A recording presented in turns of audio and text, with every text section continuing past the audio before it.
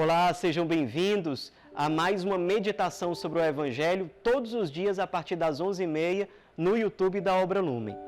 E hoje, dia 3 de agosto, o Evangelho está em Mateus 14, versículos de 22 a 36. Depois que a multidão comera até saciar-se, Jesus mandou que os discípulos entrassem na barca e seguissem à sua frente para o outro lado do mar, enquanto ele despediria as multidões. Depois de despedi-las, Jesus subiu ao monte para orar a sós. A noite chegou e Jesus continuava ali sozinho.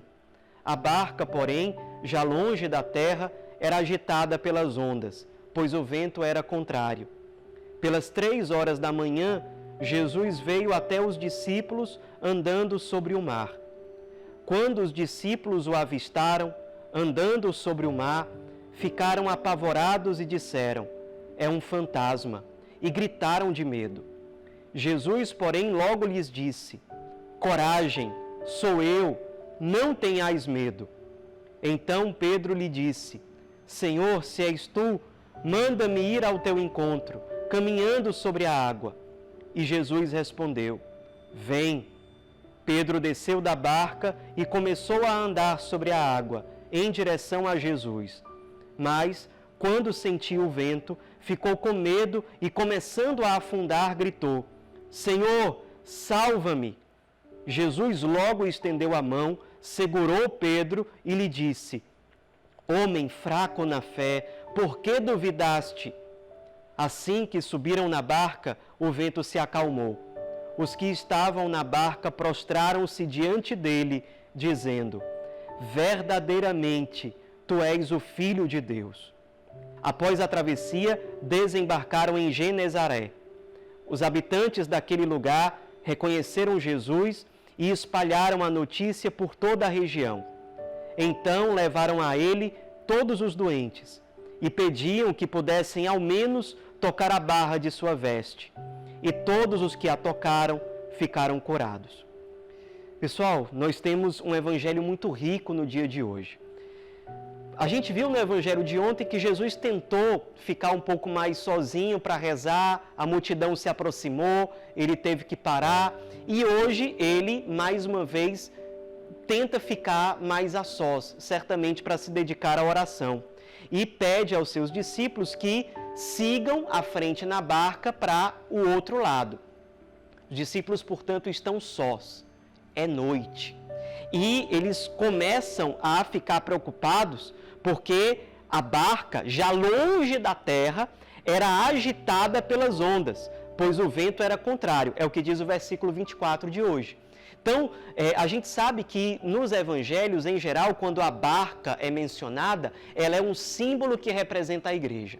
É sinal de que a igreja, caminhando ao longo da história, ela enfrenta muitas tribulações, muitas perseguições. E, de fato, quantos mártires nós temos ao longo da história da igreja? Não é coisa do passado. Nós temos muitos mártires ainda hoje.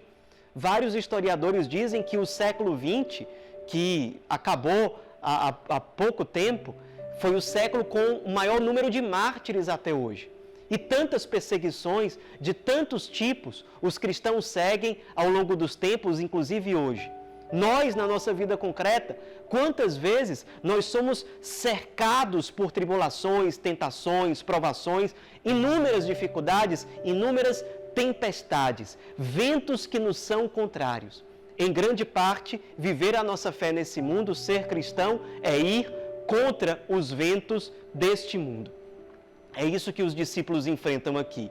Eles estão no barco, eles olham para o lado e, claro, não veem Jesus, Jesus ficou lá atrás, e eles se sentem sós, como nós nos sentimos muitas vezes. Quantas vezes a gente se pergunta diante das nossas tormentas: onde está o Cristo? Onde está Deus? Onde está aquele que nos conquistou, que nos enviou para evangelizar, que nos mandou entrar na barca e seguir adiante? Onde Ele está? São João Crisóstomo, doutor da igreja, comentando esse trecho do Evangelho, ele diz o seguinte: Cristo não se deu a conhecer aos seus discípulos até que eles gritassem. E ele continua: Cristo deixa que os seus discípulos sejam batidos pelas ondas a noite inteira, para aumentar o temor em seus corações e suscitar neles o maior desejo de que o próprio Cristo estivesse presente. Aqui é a sabedoria de um santo doutor da igreja. De fato, quando nós encaramos com sabedoria as nossas provações, nós percebemos o quanto nós somos dependentes de Deus. Às vezes a gente já tem um bom tempo de caminhada, nós nos descobrimos enviados, nós estamos procurando ser fiéis à missão que nos foi confiada, mas nós podemos cair na tentação da autossuficiência. As provações, as nossas quedas, as perseguições que nos acompanham às vezes, lembram que na nossa missão, no nosso apostolado, em tudo, nós dependemos de Deus. Diz São João Crisóstomo, Cristo não se deu a conhecer aos seus discípulos até que gritassem. Esse grito é um reconhecimento humilde, pobre, de que sem o Cristo nós não somos capazes de nada. Nós precisamos deles. Nós precisamos dele, do Cristo, daquele que nos enviou. As dificuldades da vida que nós enfrentamos e que nos faz sentirmos fracos, nos lembram que sem ele nós não vamos conseguir. Interessante, o Cristo aparece por volta das 3 horas da madrugada. O pessoal nessa época dividia a noite em 4 fases. E a última fase dessa vigília da noite ia exatamente das 3 da madrugada até as 6 da manhã. Jesus simbolicamente aparece, portanto, na última hora, no último momento da noite. É noite, é treva, é tempestade, é vento contrário, provação por todos os lados. É representação das perseguições da igreja, das dificuldades, das provações que nós encontramos na nossa vida. O Cristo aparece na última hora, depois que nós gritamos como os apóstolos. Sinal do nosso reconhecimento de que sem Ele nós não vamos poder. Cristo, nós precisamos de Ti. Nós sabemos que o Senhor nos enviou. Vem, aparece, nós necessitamos da Tua graça. Nos unamos na oração dos apóstolos nesse momento. Lembremos do exemplo de Santo Antão, que passou por muitas perseguições do demônio mesmo. E depois de um tempo, o Cristo voltou a aparecer a ele, esse grande santo da igreja, e ele pergunta, Senhor, por que permitiste que eu passasse por isso? E o Cristo disse, Antão, eu queria te ver lutar. Essa luta, diante das provações da vida, faz amadurecer a nossa fé. Não à toa, depois que o Cristo aparece, resgata Pedro, volta para a barca, qual é a atitude dos apóstolos? É a atitude de adoração. Eles se prostram, como eles nunca tinham feito antes, e dizem, verdadeiramente, tu és o Filho de Deus. Eles nunca tinham rezado assim. A fé deles nunca tinha sido a esse ponto de adorar o Cristo dessa forma. Eles só fizeram isso depois de ver todo o poder de Deus, a partir da experiência da sua própria miséria pessoal, dos apóstolos. Diz São Paulo, quando sou fraco, então é que sou forte. Quando encaramos com sabedoria as nossas próprias fraquezas, nos fazemos pobres, humildes, simples, nos prostramos diante daquele sem o qual nós não podemos nada. É aí que ele aparece. No primeiro momento a gente nem reconhece que é ele. Os apóstolos pensavam que era um fantasma. E ele se revela.